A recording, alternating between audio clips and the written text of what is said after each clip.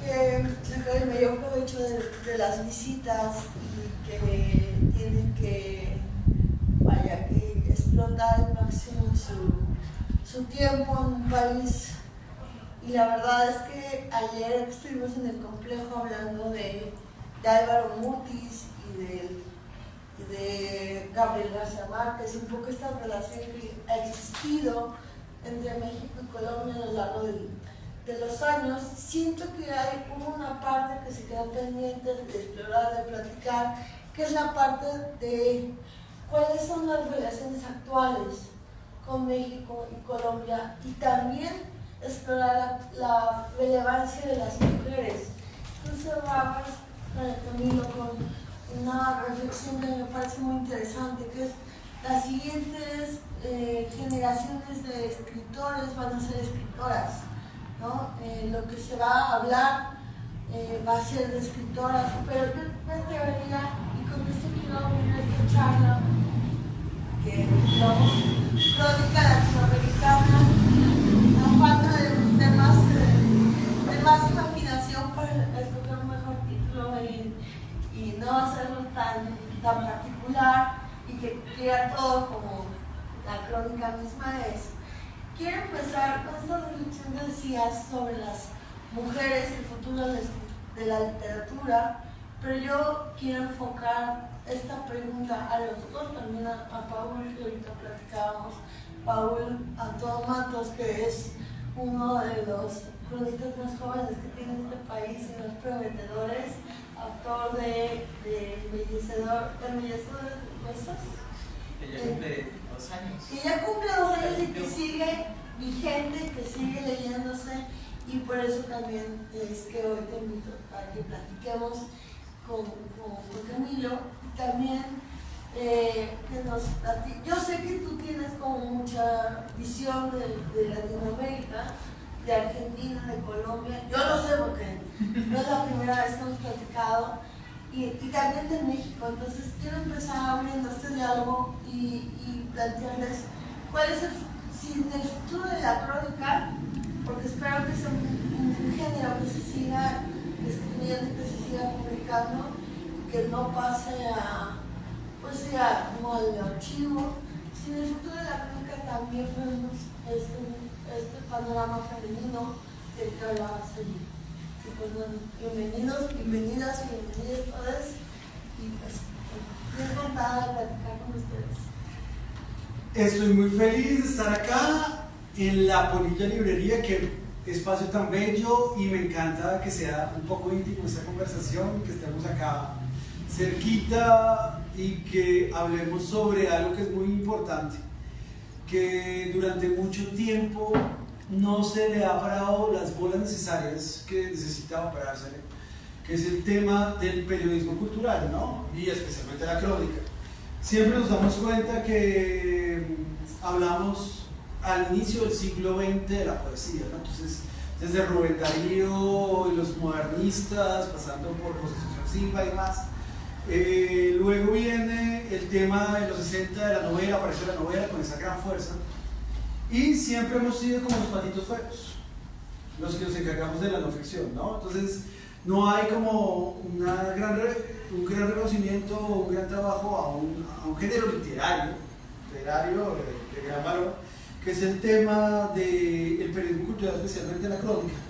Y me parece muy interesante lo que planteas, porque mi trabajo ha sido durante alrededor de ya 15, un poco más de años, trabajando, entrevistando a escritores. Entonces, escritoras y escritores, que de cierta forma he tratado de preguntarme qué se está produciendo en América Latina y qué se está construyendo. Y lo que pasa es que somos bien machistas. Entonces, cuando yo hago un listado cumplo en un periódico en Colombia que se llama El Tiempo, hago un listado y hago una revisión de mis últimos 100 artículos y entrevistas. Me doy cuenta que el 90% de los autores con los que había hablado eran hombres. Y me pregunté, que claro, uno dice, no, yo no soy machista, siempre me dices bobadas. y de pronto se da cuenta esas acciones que son acciones laborales y uno dice, venga, que hay algo que está mal. Tengo que preguntarme y me pregunto a mí mismo ¿cómo hago para luchar y para construir y por qué he tomado la decisión de hacer ese análisis. Y he decidido hacer en los últimos, no sé, 5 o 6 años un redescubrimiento para mí. Y me doy cuenta que no es ningún descubrimiento, siempre han existido escritoras toda la vida y que son grandísimas y que son importantísimas, y es algo que tiene una obligación del periodismo cultural, es hablar y redescubrir esa literatura que hemos dejado a un lado, porque así es los espacios culturales que son machistas y siempre están separando el tema, pues siempre, digamos en este momento la conversación es una mujer y dos hombres, ¿no? Entonces siempre hemos tenido como esa... Ya hay una mujer en la mesa, ¿no? Porque me ha tocado justamente estar en presentaciones de crónica donde son 3 hombres hablando, ¿no?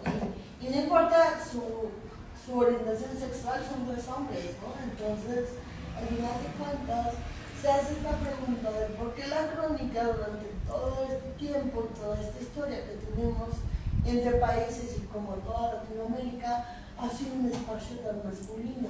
No sé si machista, pero es masculino. Pero no arrinconemos a la crónica, así yo creo que todos los géneros, ¿no? Y eso siempre ha sido un problema de la literatura latinoamericana. Yo les voy a poner un ejemplo. Si yo quiero leer Elena Garro el día de hoy en Bogotá, no puedo encontrar Los recuerdos del porvenir. No lo puedo encontrar. No, es imposible. Es una de las grandes obras de la literatura latinoamericana. Y si ustedes quieren leer María Mercedes Carranza, yo creo que debe ser muy difícil encontrarla acá, ¿no? Y eso pasa. Y hay un tema o cuántos libros de Victorio Campo, bueno, ahorita se publicaron por Random, pero hace 5 o 6 años, ¿cuántos libros de Victorio Campo podían encontrar? Ninguno. O cuántos de Silvino Campos, ¿no? Pero consiguen Borges y eso les llega a borbotones, ¿no? Entonces, lo que pasa es que ese es el tema del campo cultural, y yo creo que más que de los productores o las productoras, yo creo que es el tema de que la industria cultural tiene que aprender a hacer ese viraje, y lo está haciendo. Yo creo que ese proceso sí está existiendo, no digamos todo sigue mal, sí sigue mal, pero hay intenciones de cambio, y creo que uno de los primeros pasos se va a hacer desde el periodismo cultural. Y ese periodismo cultural es hacerse la pregunta que yo me hice, y es, bueno, vamos a comenzar, y descubrí, aprendí, y me he dado cuenta ahora, y le rezo el tema de las diosas, de las grandes escritoras latinoamericanas que he leído y he aprendido muchísimo, y no solo en ficción, sino en no ficción, que hay gente que está produciendo obras maravillosas. Entonces creo que el tema va por allá, y es el tema de que es un cambio, es preguntarse en qué estamos fallando y cómo podemos hacer para mejorarlo, ¿no? No es como hombres decir, si así es la vida, pues lo dejamos así, sino buscar una forma, porque, no sé, es ser parte de esta transformación. Gracias a Dios, las generaciones nuevas, yo ya soy una persona muy vieja, pero las generaciones nuevas tienen esa virtud de que este cambio ya lo tienen metido en el ADN, y eso es algo que se está desarrollando, digamos, ustedes que son bastante jóvenes. Quizá sobre eso Paul tenga una mejor visión, porque es mucho más joven que nosotros. ¿No? ¿Qué decías? Soy una persona vieja, bueno, yo también. Entonces, más bien yo te haría la misma pregunta, ¿no? También desde México, y no sé, ¿cuál es tu apreciación? Yo coincido con Juan Camilo en que la cuestión de los espacios y del acceso a la literatura escrita por mujeres, pues históricamente ha estado sesgada para favorecer a los autores masculinos, y que también es cierto que se va abriendo un poco, quizá nos vamos dando cuenta de más autoras, pero también es cierto que en el tema de la crónica, de la no ficción, no es que no haya autoras, pero sí es difícil.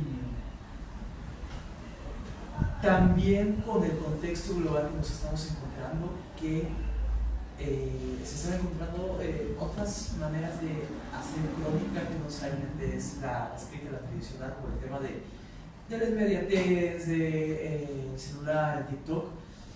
Y creo que se están buscando también otras que muchas mujeres están enfocando o están incorporando elementos como el podcast o como la narrativa gráfica a la no ficción. Y eso es lo que está pasando. Pienso en los podcasts de Radio Ambulante o Perra Nación, que cuentan historias. Es otra manera de hacer crónica que incluso es un poco anticuada, que no necesariamente es mal, sino que es Radio Ambulante, es volver a la radionovela de los 30s, 40s, claro. con lo sabroso de la escucha, de la diversidad. Y pienso, por ejemplo, en autoras, cronistas, hablando de Colombia y México, para no hablar, como decíamos, de García Márquez de hace 50, 60 años y Álvaro Mutis, que los admiramos, pero... Y estaba pensando en Teresita Goyeneche, que justo la entrevistaste hace un par de...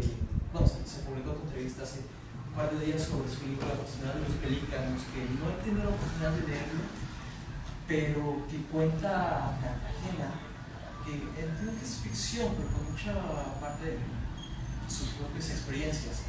Y pienso, por ejemplo, también en Katia Rejón, hablando de Yucatán, con sus columnas que sacaba para tomar el fresco, que contaba la historia de los barrios de Mérida en Yucatán, y ahora con su proyecto que ganó el PETA, si no me equivoco, que era Tierra de Sol, que cuenta la vida de los pueblos, de los municipios de Yucatán a través de esta relación con el calor y el cambio climático y cómo afecta. Entonces, creo que también hay autoras jóvenes o no tan jóvenes que están haciendo y que hay que leer y hay que conocer.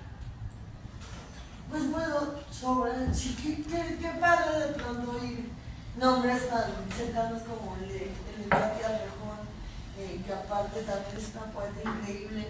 Y no lo había pensado, y qué bueno que lo traes a cuento, Pablo, para justamente visibilizar como a estas escritoras jóvenes y pensar también en otros escritores jóvenes. Y quizá aquí yo partiría de la idea de que en México, ¿quién está escribiendo crónica? O en Colombia, ¿quién está escribiendo crónica? Que no sean los grandes autores que de sobra los conocemos y los vemos en las estanterías. Y aparte, no nada más eso, sino cuáles creen ustedes que son los temas que están poniéndose en la mesa sobre qué es lo que se quiere escribir, lo que se quiere contar. Porque justamente yo creo que en toda Latinoamérica tenemos una necesidad de contarnos. Hablaba hace unos meses con Julia Piastro, que también es una cronista publicada en nuestra editorial, en los libros del Prado, y ella me decía, es que en Estados Unidos la crónica no es un género, no existe. O eso recuerdo, a lo mejor no está bien con la memoria. No, pero no es no ficción, pero no es como tal pero por ejemplo, aquí vemos novelas de no ficción, ¿no? O ensayos de no ficción. Pero hay todos los no ficción y ahí se acaba. Pero pensando en Latinoamérica, yo decía, a lo mejor decimos que la crónica latinoamericana por puro nacimiento y derecho del piso, decía ella. Entonces, yo pienso ahora, ¿cuáles son los temas? ¿Cómo se está contando Latinoamérica? ¿Cómo se está contando México? Yo pienso, por ejemplo, en esta pequeña muestra que teníamos en la editorial, pienso que hay violencia, sí, pero también hay ternura, pensando en el ajedrez de Hugo Roca, ¿no? Pero también hay crónica de viaje en Embellecedores de Puestos, hay crónica urbana con derecho de piso con Julia Piastro, y podría hacerse como un registro interesante incluso en 6 libros. Pero yo sé que ustedes están muchísimo más empapados del tema y cuáles serían como justamente los ejes y quiero estar retomando. Mira que nuestro compañero estaba planteando un tema que me llamó mucho la atención, es que hablamos de las nuevas tecnologías, ¿no? Entonces las nuevas tecnologías le han permitido a todos nosotros tener la posibilidad desde nuestro celular, desde nuestro computador, poder producir y hacer productos de bajo costo, fáciles de hacer y que pueden llegar a tener un gran valor. Lo que se ha hecho con podcast es interesante, pero ahí viene una gran pregunta y es el tema de por qué es tan importante. Y creo que hay algo que tú hablas, que es el tema de la radio de los 40, y es el tema de la oralidad. La oralidad es algo que nos ha marcado a nosotros desde el inicio, y creo que la oralidad es el primer paso del tema de la crónica. Cuando hablamos de la oralidad, yo pienso en mis padres contando historias. Y creo que es el tema de la entrega del conocimiento, de las formas en que entre padres e hijos, abuelos, hijos y nietos, bisabuelos y demás, se van generando y conectando para poder tener esa conversación. Entonces, creo que la oralidad tiene esa belleza y lo que pasa es, la tecnología existe, la tecnología siempre va a mostrar nuevas cosas y dentro de 10 años diremos como, no sé, ustedes vieron, algunas estuvieron como en esos programas que antes de Facebook había como Flickr y no sé, Hi-Fi, todas esas cosas. Tal vez digamos Spotify dentro de 10 años lo mismo, como ay, ¿se acuerdan de eso? Sí. ¿Cuál era? J Balvin tenía una canción de una vaina así también que era un programa y que después ya dejó de funcionar. Y muestra ese concepto de que la tecnología se va transformando, lo importante es contar las buenas historias y la oralidad es una herramienta maravillosa para poderlas contar. Cuando hablamos de un podcast debe haber un guión, y si debe haber un guión debe haber una construcción de una obra. Sentar a dos personas a hablar sobre un tema, como estamos haciendo nosotros en este momento, no puede ser un podcast. Si lo estuvieran grabando y lo subiéramos a Spotify no significa que estamos haciendo un podcast, porque lo que estamos haciendo es lo que nos llega a la cabeza de las preguntas que nos estás haciendo. Entonces lo interesante es que las herramientas han existido toda la vida. El concepto de la oralidad, el uso del narrador, el manejo de los tiempos, el tema de utilizar varias versiones, ¿no? Son herramientas que le enseñan a uno en el primer año de periodismo o en sus efectos cuando estás estudiando literatura, es lo primero que te enseñan para construir cualquier texto. Entonces esas herramientas siempre están presentes y es como primero aprendamos eso y después adaptémoslos en el tema de las nuevas tecnologías y se están haciendo cosas bellísimas. Creo que los podcasts, ahorita hay una cosa muy importante, es que en Colombia los medios de comunicación oficiales, los medios de comunicación que han tenido millones de años fueron comprados por las grandes empresas. Entonces los hombres ricos que, digamos, no digamos Attila Lule porque es Attila Lule, entonces digamos otro nombre, pero que es un hombre que hace, no sé, calles, maneja el banco más grande de Colombia y hace puentes y todo eso. Esa persona compra un periódico que no le genera ningún beneficio, comienza a eliminar el tema cultural, no invierte en sus periodistas y lo que comienza a pasar es que cada vez que tiene algún problema, porque hay temas de corrupción cuando se hace en las calles y todo eso, y aparece el Oderberg, lo utilizan para limpiar la imagen. Entonces ese tema de la construcción de los medios de comunicación se vuelven esas herramientas. Entonces, ¿qué pasa? Los medios de comunicación alternativos y esos espacios que están generando los espacios digitales permiten una conversación distinta, una forma de que haya de verdad un contrapoder desde los medios de comunicación, una forma que siempre hemos pensado y hemos querido, y es gente que acabó de terminar de estudiar periodismo y se arriesgó a hacer construcción, y no son los grandes maestros Pombo, Santos y demás que tienen los nombres comunes en Colombia, sino son los jóvenes que están haciendo un contrapoder. Incluso hay ahorita un tema en la costa colombiana, hay un tema de corrupción gigante que está generando muchos problemas, que es una familia específica que se llaman los chats, que manejan el poder. Entonces ellos escogen quiénes son los alcaldes, los gobernadores de los departamentos, todo. Y son los que deciden y controlan esa zona. Entonces los medios de comunicación alternativos son los que están atacando y están construyendo Pues hay una escritora que dijo, yo quiero contar la historia de esta familia y mostrar la corrupción que ha generado. Es alguien que fue candidato presidencial hace 2 años, o sea, literalmente está vivo el gran problema. Entonces, ella quiere sacar el libro, y el libro en una editorial de gran valor como Planeta le dice, no, no lo vamos a sacar. Es un libro de crónica que narra la historia de cómo es la corrupción en el norte del país. Entonces, ¿quién salva la patria? Las editoriales independientes. Claro. Dicen, no, venga, publiquémoslo y saquémoslo. Y ¿qué hacen los medios de comunicación? Dicen en primera medida, sí, apoyemos a nuestra amiga periodista, pero al final llenan de otras noticias y las vuelven más importantes y esa noticia la bajan, ¿no? Entonces, ¿qué hubo ahí? Censura. Y no una censura como antes que era el gobierno, ¿no? Es una censura privada, que es aún más peligrosa, ¿no? Que es una censura económica. Entonces, y ella, por medio de los podcasts, por medio de los espacios independientes, es que está generando esa conversación. ¿Cómo se llama? El libro se llama La Cosa Nostra. Va a salir, la editorial se llama Reina de la Mar. Okay. Me pongo a pensar en el caso. La Costa Nostra. Porque es de la costa. Creo que sí, bueno, sí, creo que sí. Claro. Me puedo pensar en el caso de, ahorita no me acuerdo cómo se llama la periodista, que hace unos 3, 4 años publicó el libro sobre el asesinato de su papá. Y mi amiga Diana López Zuleta.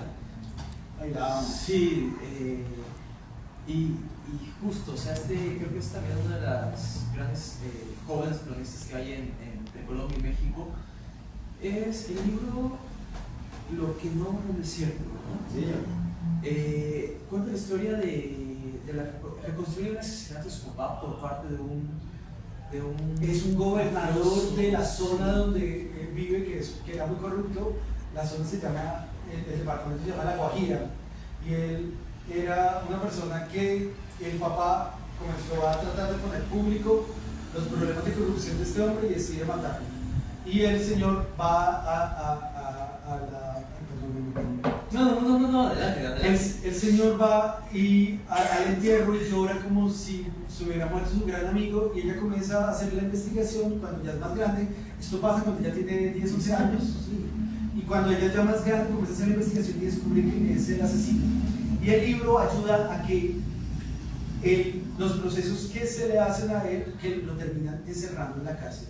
Wow. Y es supremamente importante porque ha fortalecido el tema de que él sigue en la cárcel y que sus tentáculos políticos no pasen en cuerpo ajeno, como le llamamos nosotros, que es que la política es como, bueno, yo estoy en la cárcel, tú eres mi hija, entonces como hija puedes tener mis votos.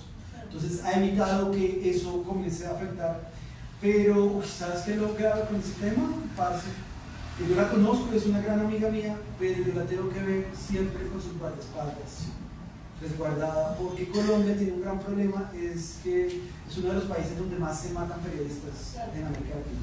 No dudo contra México porque también tenemos altos índices de periodistas muertos, sobre todo en los sexenios pasados y recientes de todos. Pienso también, hablando de esto, la crónica de Juan Eduardo Mateo Flores en Veracruz, que después de Pausanitos también, es justamente una reconstrucción de los días más violentos en el gobierno de Javier Duarte en Veracruz. Entonces creo que hay como muchísimos espejos, ¿no? Es una suerte de espejeo que desde ayer hemos estado hablando tú y yo, y también en el homenaje con Álvaro Mutis, incluso el día de hoy, pero creo que nos metimos en la conversación.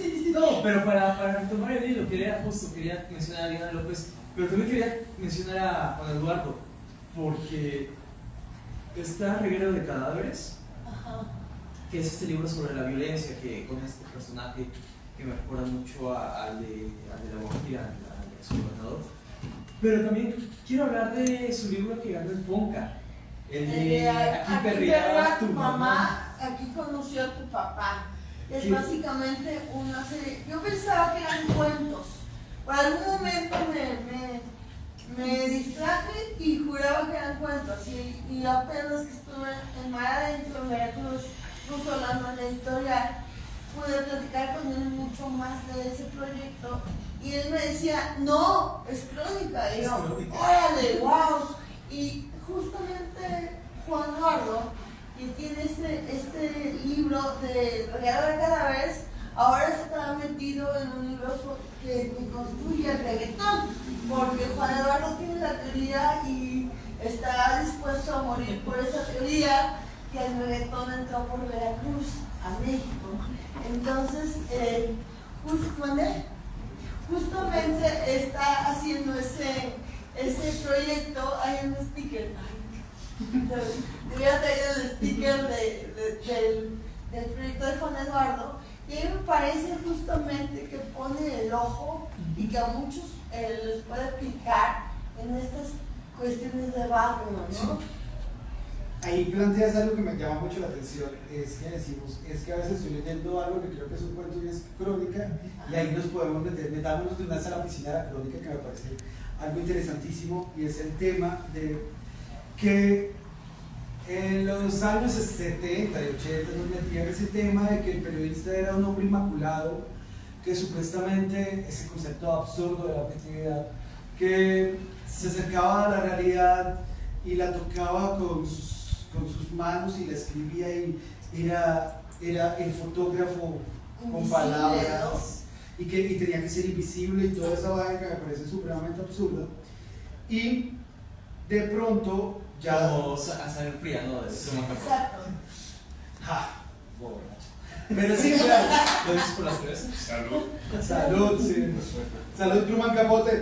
No, que es algo impresionante, porque ahí el tema es que lo que ha pasado es como el regreso a la primera crónica, ¿no? Entonces, digamos, cuando alguien me dice a mí, la literatura latinoamericana es donde nació, y en realidad el primer contacto que nosotros tenemos de la construcción de lo que somos como continente fueron las crónicas de indios. Claro. Y las crónicas de India es la mera ficción pura Los chilena. códices. Ah, bueno, sí, pero digo como desde el occidental. Sí, desde los occidental. No lo comenté mal, tienes toda la razón, no completé mi idea, desde el occidental. Muchas palabras del español provienen del maya o del náhuatl, y seguramente del inca. Y seguro de los chiches también, de ese árbol nosotros tenemos algo. Entonces, claro, la chicha, usted no ha probado chicha, eso es palabra nuestra. Es un licor fermentado de maíz, que por favor cuando se nos ofrezca no lo tomen, por favor. No, es probablemente sí es distinto. Sí es distinto. Entonces ahí, digamos, lo que pasaba es que al comienzo lo que supuestamente era verdad, pues le contaban eso al rey de España y él creía esas vainas que le contaban, y eso lo creía toda España, y por eso toda Europa, y pues es que era esa España que era gigante, ¿no? Nunca caía el sol. Entonces nos damos cuenta que siempre existió como ese concepto, ¿no? Entonces siempre había ese imaginario de que todo Estados Unidos, pues llegaron los académicos y comenzaron a decir, vamos a separar esto, y crearon este inmaculado periodista que al final la práctica nos demostró que es imposible de existir y de crear. Entonces, creo que la crónica... Pero es como el primer curso de periodismo que recibimos. Bueno, yo soy periodista de formación. Es como la primera clase es olvídate de todo lo que sabes, de todo lo que eres, porque tu tarea es narrar y no puedes involucrarte ni emocionalmente ni espiritualmente con el proyecto. Y salen de la universidad y es, olvídate de todo lo que aprendiste en la universidad. Porque sí, uno sale y eso no... Sí. Creo que la crónica es una herramienta que es algo que se aprende en oficio, ¿no? Sí, claro. Me encanta eso. Y leyendo. Y ahí aparece un tema que es que después de ese tema de ser puritanos, nos volvemos a contaminar de la ficción y utilizamos las herramientas de la ficción para comenzar a escribir, ¿no? Y nos damos cuenta que los pinches novelistas y cuentistas tenían las herramientas que necesitaba la crónica para poderle dar un segundo aire o un quinto aire, no sé, porque tuvo muchos aires el tema de la crónica, y comenzamos a ese concepto de respirar. Yo sé que no podemos hablar de García Márquez, pero hay una historia que a mí me encanta mucho. Que García Márquez hace una crónica que se llama Caracas sin agua. Sí, entonces hay una historia que el man coge y es un hombre que se tiene que afeitar y tiene una bretaña, y coge la bretaña y se la echa para afeitarse. Y se afeita con bretaña. Imagínense, es una entrada inconmensurablemente buena para una crónica, pero el problema es que es falsa. Entonces, amo a García Márquez, pero él crea como objeto eso, y ahí también es el miembro, que es una conversa. ¿Qué es ese? No, si termina la idea. Que uno dice, no, ya eso ya es falso, ya eso es otra cosa, ya nos estamos metiendo en un tema que no es, ya esto ya se nos está volviendo una novela o un cuento.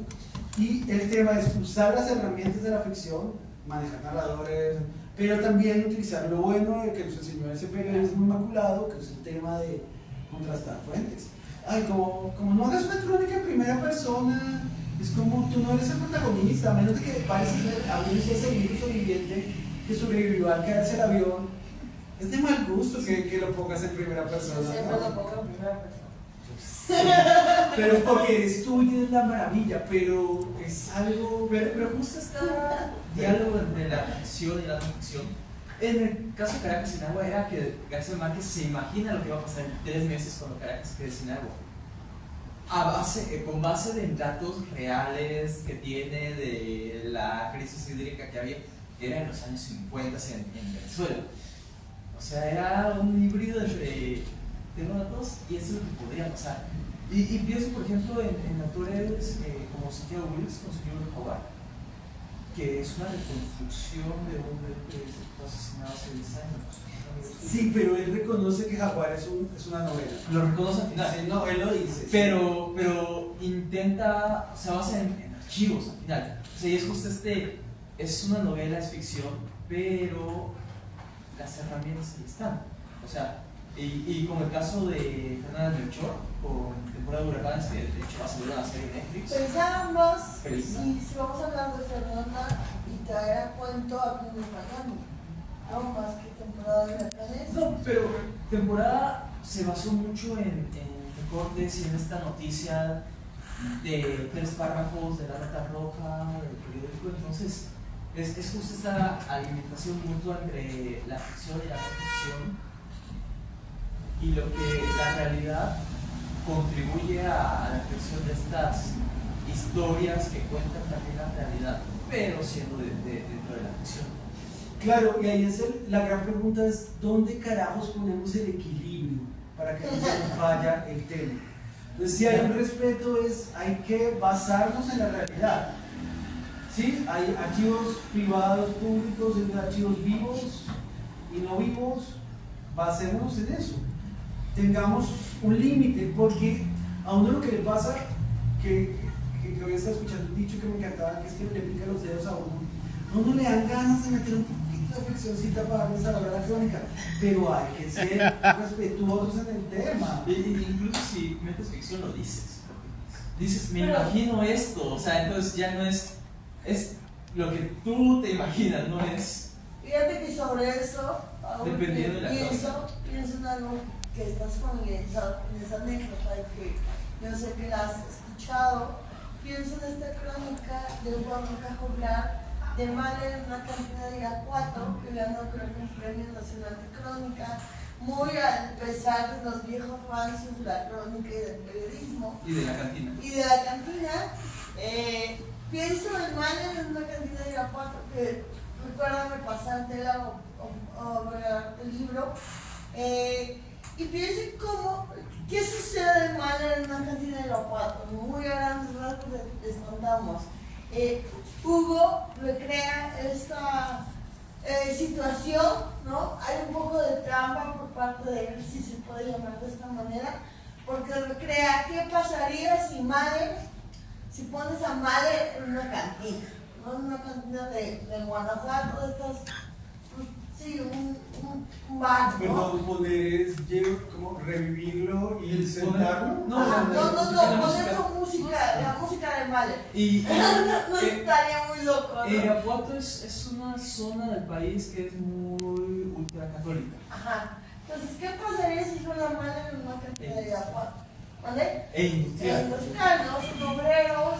Entonces, Hugo pone un poco el escenario para recrear todo lo que puede pasar y toma nota, ¿no? Y hoy en día, bueno, güey, pero estás como incitando tu crónica, ¿no? Porque la crónica no estaba ahí, fuiste y la empujaste a pasar. Y creo, pues sí, bueno. Pero funcionaría si él un día va a las 5 de la tarde un viernes y les pone Mahler a la gente. Así sucedió. El problema es que eso es parte de lo que no se ve en la crónica. Lo intuyes. Porque en lugar de que suenen los tuteles de Tijuana, Vicente Fernández o cualquier otro tipo de música regional, suena Mahler, ¿no? Pero funciona porque respeta la realidad. No, claro si que él fue y lo hizo, Pero es verdad, Ajá, sí. que no está mal, pero me encanta este punto porque es o no es crónica. Yo pienso que sí es crónica. Y yo también, y defiendo mucho la manera de hacer crónica de Borja. y existe el periodismo gozo, que es Exacto. Pero bueno, yo voy a abrir un poco los que, como Miller, ¿no? Ajá. Que consumía psicodélicos o Los se periodismos. corchaba. Entonces voy a abrir un poco este diálogo, diría el micrófono, pero no tenemos micrófono, así que, Mónica, pues bueno, pero está tan chico y uno grita y se emociona a las personas que nos están acompañando este día, porque es como un poco de mal gusto estar aquí los tres discutiendo y sacando nombres, pero bueno, yo sé que debe haber alguien aquí que tenga algún comentario, una pregunta. Aprovechen que está Paul, que está Camilo aquí también para bombardearlos. Primero. Hola, ¿cómo está? Mi nombre es Juan Andrés.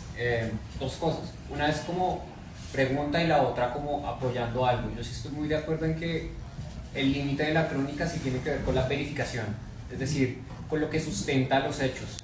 Porque, por ejemplo, en el caso de Diana Zuleta, López Zuleta o de Laura Ardila, al final tener esos datos de fondo son los que terminan haciendo que el libro sea real y sustente, y esa es la parte periodística, ¿no? O sea, como de todo el constructo, esa es la parte que yo digo, esa es la parte periodística de la cual todavía nos agarramos, porque si tú publicas una crónica sobre corrupción y tienes esos datos se pueden volver, oye, pero tú estás mintiendo. No, aquí está, estoy haciéndolo. Es curioso el caso, por ejemplo, de la cantina y Mahler, porque sí es una incitación, pero está siendo verídico. Entonces, hay un hueco legal ahí grande, pero está interesante. Entonces, sí está. La otra tiene que ver también con las mismas posibilidades de la crónica. Porque, por ejemplo, a mí me interesa mucho el género, yo también soy periodista y desde Colombia pues lo he estudiado mucho.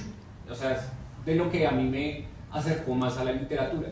Pero también me di cuenta que un problema cuando tú quieres hacer crónica es que requieres tiempo e investigación. O sea, eso es clave. Cuando eres periodista, no todos los medios te van a dar el tiempo y la investigación que tú quieres, sino te van a decir, no, tienes que hacer la nota del día, de la semana, algo así, ¿no? Y eso también pasa. Conozco muy buenas crónicas y creo que hay varias que se han ganado premios de mujeres, por ejemplo, pero siempre les dan el espacio para una crónica, ¿no? O sea, como, este es tu proyecto del mes y si no lo aprovechas, queda difícil. Podría ser que también uno de los problemas que existen es que, hablando como se vuelve un ecosistema general, es decir, no hay muchas personas que tengan la capacidad de darse el tiempo y el permiso para poder hacer una investigación larga y escribir, ¿sí? Eso es un primer problema. Comenzamos a mirar los primeros ejemplos y hay muchos escritores, hombres, que sí tienen esa posibilidad. Hay otras mujeres que se han ido ganando ese tiempo y ese espacio por reconocimiento, porque no las tenían en cuenta, etc. Pero podría ser que eso también al final termina volviéndose como una barrera, porque hablo de un caso específico. Yo tomé el curso de crónica que dicta el Instituto de Artes de Bogotá y de Artes. El 80% eran mujeres, o sea, casi todas eran compañeras mías. Y muchas no pudieron terminar su crónica porque no tenían cómo cómo hacerlo. O sea, es que es dedicarse a escribir, a hacer esto y a trabajar aparte. No, y el tema de los cuidados aparte, ¿no? Sí, si tienes familia, entonces, tú eres la que está a cargo y eso. Y aún así yo conocí casos de una compañera que quería hacer una crónica sobre una música holandesa que vive en Colombia, no le dio tiempo, le dijeron vuélvalo entrevista, ya trabajaba con el tiempo. Entonces, podría ser que esto también al final termina volviéndose como una barrera para volverlo en el sentido de crónica. Bueno, hay varias cosas. Primero es, al final, el problema es la plata. Entonces, perdona si la canción. ¿Por qué? ¿Qué significa? Tengo tiempo para escribir, tengo tanto tiempo. Voy a arrancar a hacer un libro de crónica o hago un libro de ficción y es más posible que se me venda el libro de ficción que el libro de crónica. Entonces ahí ya comienza a bajarse gente del barco, ¿sí? Y después viene el otro problema, que es el tema de, no, pero tenemos que vivir al día a día, y como el periodista tenemos el problema de la noticia diaria que va apareciendo, entonces tenemos que gastarle tiempo a eso. Entonces eso comienza a irse. Ser cronista es una decisión, y creo que es más un concepto de pasión. Es como, no, nada, pues es que me tocó bailar con el más feo. ¿Sí me entiendes? Como es lo que soy. Entonces, esta vaina es mi gusto y es decidir darle. ¿Qué pasa? Cuando uno comienza a escribir, cada vez que comienza a escribir más y más crónicas, uno comienza a afinarse y a escribir más rápido, ¿no? Sí. Entonces eso pasa mucho. Entonces, digamos, yo me demoraba, cuando comencé a trabajar las primeras crónicas en el tiempo, había crónicas que me demoraba 8 meses. Ya después bajé a 2, ¿sí? Ya aprendí a ir construyendo y averiguando las fuentes, construyéndolas en mi cabeza antes de irlas a buscar. Entonces también es un tema de organización, irlas construyendo. Y lo otro es, si queremos ver la cantidad de premios de crónica, hay muy pocos frente a la cantidad de premios de novela, de poesía o de cuento. Entonces, por fama, hermano, la crónica no es el camino. Pero, y también está la cuestión del espacio. Yo creí que iba a decir algo bueno. Bueno, quizá ahorita lo diga. Qué horrible. Pero creo que en cuanto al espacio, o sea, sí siento que en México cada vez los medios, no sé si, o sea, pienso que Colombia está más interesante y en México está ocupando, pero cada vez hay menos medios que tienen espacio, por lo que platicaste hace rato, donde... Incluso las editoriales, ¿no? O sea, a mí me da mucha risa que cuando platico de la editorial, y me ha tocado como estar en algunos espacios hablando del proyecto editorial de los libros del perro, siempre dicen, y publica crónica, y cuéntanos, o sea, es una pregunta obligada de decir, y publica crónica. Pero les digo una cosa, miren, cuando yo hago un listado y hago una revisión de la literatura colombiana y trato de averiguar quién es la primer escritor que se define a sí mismo como escritor, yo lo encuentro a muy entrado en el siglo XX, ¿sí? Que dice como vivo de ser escritor. Es decir, antes uno miraba político, ganadero, vende panada, Doctor y entonces, escritor. exacto, como que antes, digamos, el tema de la política estaba muy relacionado, diplomático y escritor, antes estaba como ese tema. Y ahora es como, los espacios nunca, siempre han sido cortos. Eso, por dicho, ese problema siempre ha existido. ¿Qué pasa? Ahora sí tenemos una ventaja que es el tema de lo digital. Yo sí creo que, hoy voy a decir algo. Bueno, cada Voy a decir algo. Es que yo sí creo que los espacios digitales son un inicio y que están pegando muy bien. La Fundación Gabo está premiando los podcasts. Hay espacios donde la narración digital es esencial y está yéndole muy bien. Y la gente está hablando de las nuevas tecnologías, ¿no? Incluso ya hay maestrías, doctorados al respecto de eso porque creo que es la herramienta. ¿Qué pasa? Te toca aprenderlo a vender. Y si te toca aprenderlo a vender, te toca aprender porque tenemos que dejar de creer que solo somos escritores y que hasta ahí llega nuestra obligación por un texto. Nuestra obligación también es la forma en que hacemos que se acerque la mayor cantidad de lectores a ellos. Y le dices, es un escritor, porque no es la primera vez si tocas algo que yo... Perdón, ya volvimos otra vez al cacareo. Pero Bueno, pero es que esto lo dije como si fuera normal. Yo les digo, eso es un consejo. Les ayuda más a aprender esas herramientas. Pero los yo escritores sí. no creen que ellos tengan que ser alguien hábil a la hora de comunicar, de presentar sus libros. Me ha tocado muchos escritores que dicen, es que no soy un payaso. No tengo por qué ser entretenido, creo que fue de las primeras cosas que grabamos en Bogotá. No tengo por qué ser entretenido o tomar clases de dicción, me ha tocado que leen. Entonces debe ser que entonces a ellos les toca generar unas obras de arte tan magníficas Luego que terminas se como- venden por sí solas. Luego terminas como Vargas Llosa. No, pero es que él es un premio Nobel, o sea, no necesita venderse. Sí, pero cuando escribes sus artículos. Él puede escribir o dar, sí, pero la gente los lee. Claro, claro. Así sea que sea para odiarlo, la gente se Exacto. muere. Y así sea que, oiga, le tuve la yo soy muy terrible, uy, se está viendo cada vez más todo.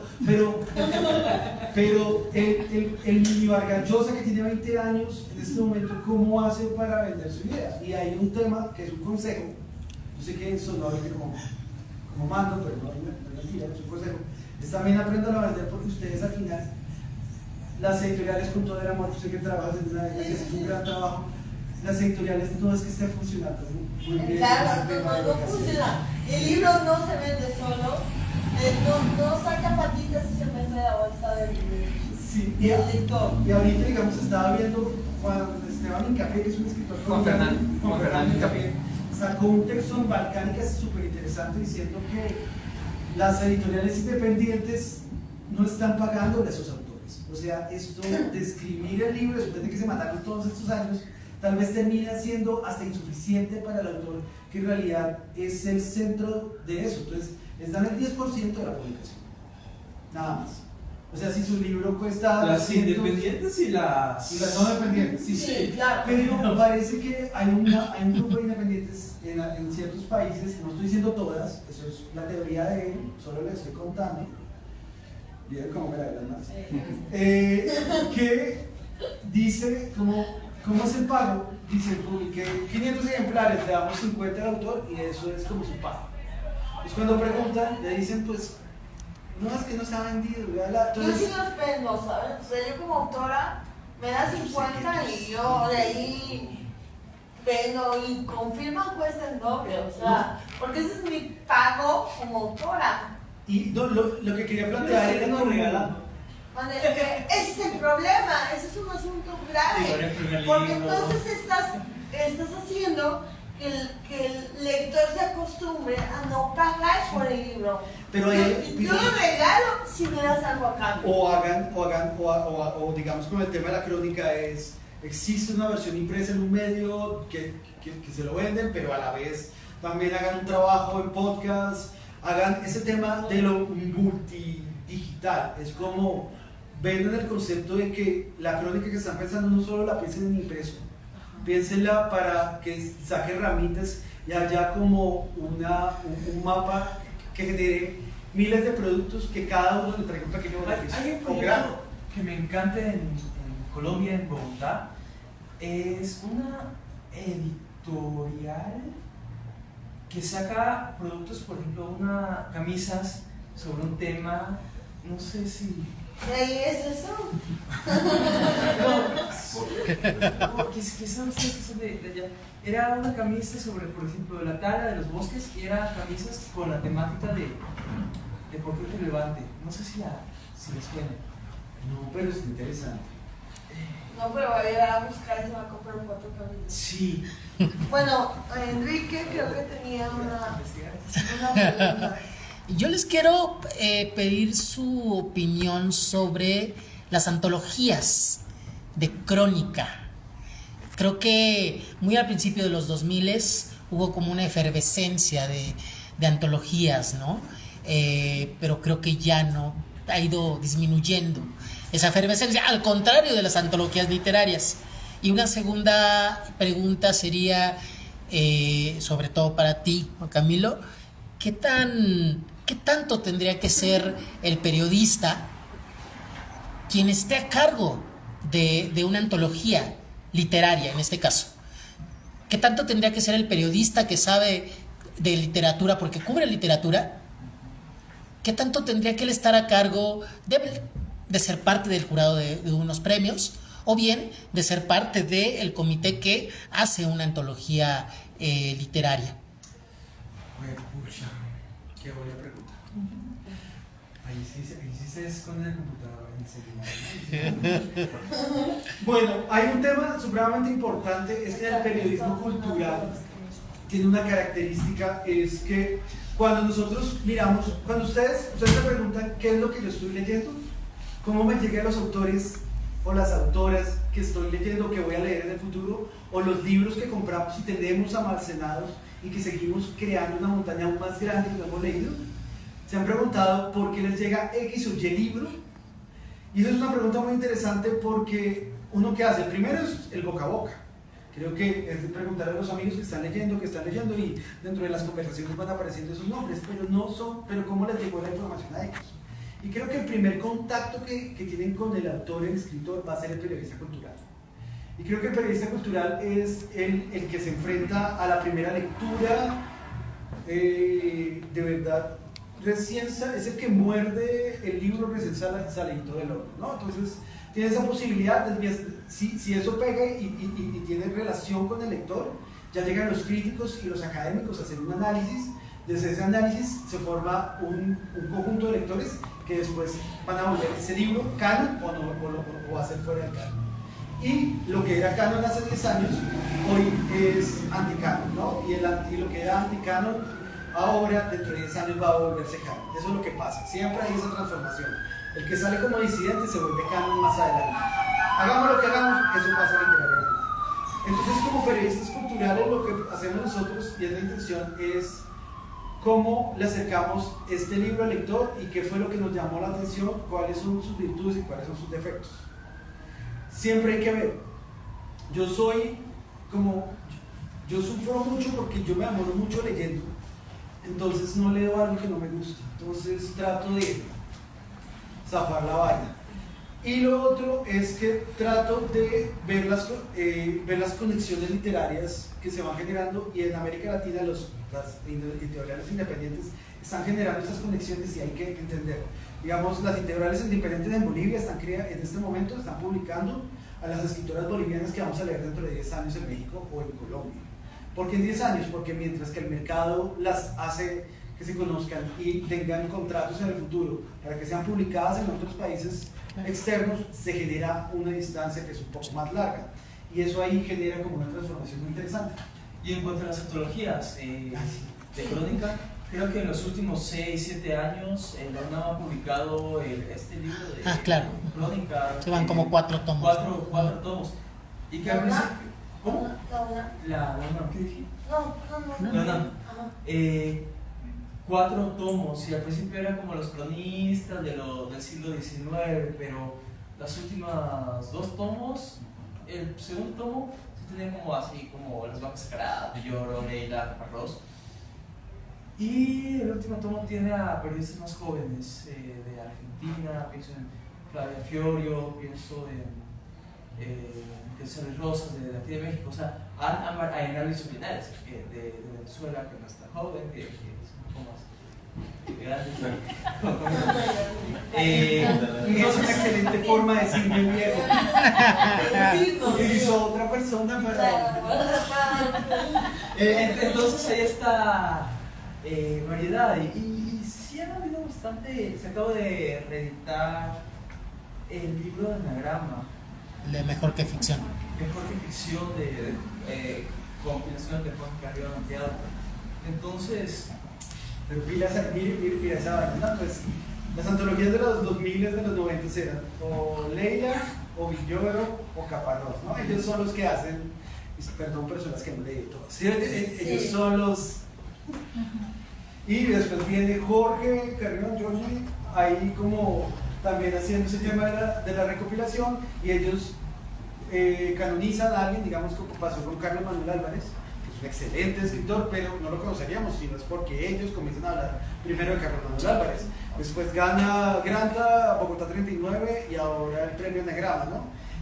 Entonces ahí uno va viendo como la conexión, y desgraciadamente sí hay un círculo muy cerrado al respecto de eso, pero creo que ahí vuelvo otra vez a los medios de comunicaciones distintos o digitales, te permiten salir de ese concepto del canon.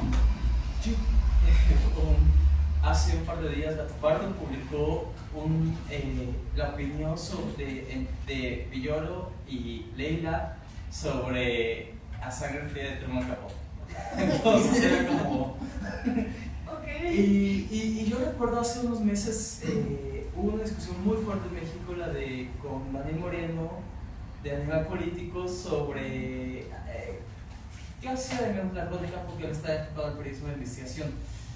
Y surgió muchísimo esto, de repente Sarmiento Calderón de las Desveladas también hablaba sobre la cuestión de que siempre seguimos citando a las vacas sagradas, o a Truman Capote, a Sangre Fría, a Gaita Lisi, a García Márquez, a el de Argentina, Walsh.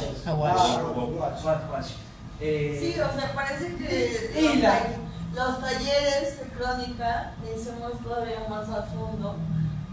Los libros de texto, por así decirlo, los libros de cabecera son esos que acabas de mencionar. Y la croniquísima Trinidad. Cuando en México tenemos, o sea, no voy tan lejos, tenemos desde el punto de vista de las periodistas vivas, que es Silvia Arbizu, ¿no? Y yo hablaba a alguien de Silvia Arbizu, me va a decir. Pensé que ibas a decir Elena Poniatowska. No.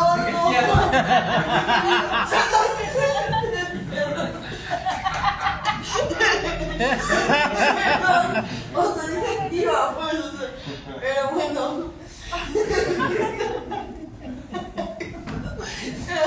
Pero bueno, desde mi punto de vista, y he leído a la querida Elena, creo que Silvia echa buena. Y no quería, por un momento se me había olvidado, que en este conversatorio no estuviera el nombre de ella en la mesa, y luego te la presento, creo que ya te hablé de ella, que reconstruir la experiencia carcelaria en sus últimos 3 libros, ¿no? Entonces, creo que es algo muy interesante de hablar, volviendo al digamos, inicio de... ese es un tema que en algún momento cualquier cronista se le ha pasado por la cabeza hacer. Entonces hay temas comunes que van apareciendo, ¿no? Entonces, quiero, no sé, ir al lugar más pobre y vivir una semana y aprender. Quiero estar en una cárcel. No, ella no quería estar en una cárcel. Ella entró a la cárcel. Sí, o sea, ella no era escritora, o sea, no fue como, voy a hacer algo para que me metan a la cárcel. No, claro que no. O sea, perdón, pero no es como me voy a cortar, me voy a meter un condón en la nariz para ganar luz. No, lo que planteo ahí es como hay un tema de los cronistas, es huirle al lugar común. Claro, pero no es el caso. No ella, sí, pero digo lo del tema es huyámosle al lugar común y huyámosle a las herramientas comunes, y creo que esa es la ventaja de poder manejar un poco del grandísimo sol de Martín Caparrós y Leila, que creo que ellos también están huyéndose de sí mismos con las nuevas crónicas. Creo que eso es algo muy interesante y es algo que tenemos que buscar. Es cómo buscamos narrar esas cosas distintas sin tener que estar, cómo nos acercamos a los problemas sin tener. Hay una historia que me parece muy bella, que es cuando le preguntan dice un escritor, como todo escritor siempre tiene dentro de sí una gran novela o un gran libro, pero uno sabe si es un gran escritor si su segundo libro es bueno, ¿no? Yo creo que hablamos. ¿Cómo nos alejamos del concepto de lo que he vivido yo, como toda la vida he estado ahí, bueno, ya la frase con esa, como saltas al segundo tema que ya está un poco más alejado de vos, como no ir al lugar común de representar a lo que siempre me pasa y volver al gran fantasma de la primera persona. Pero bueno, yo creo que ya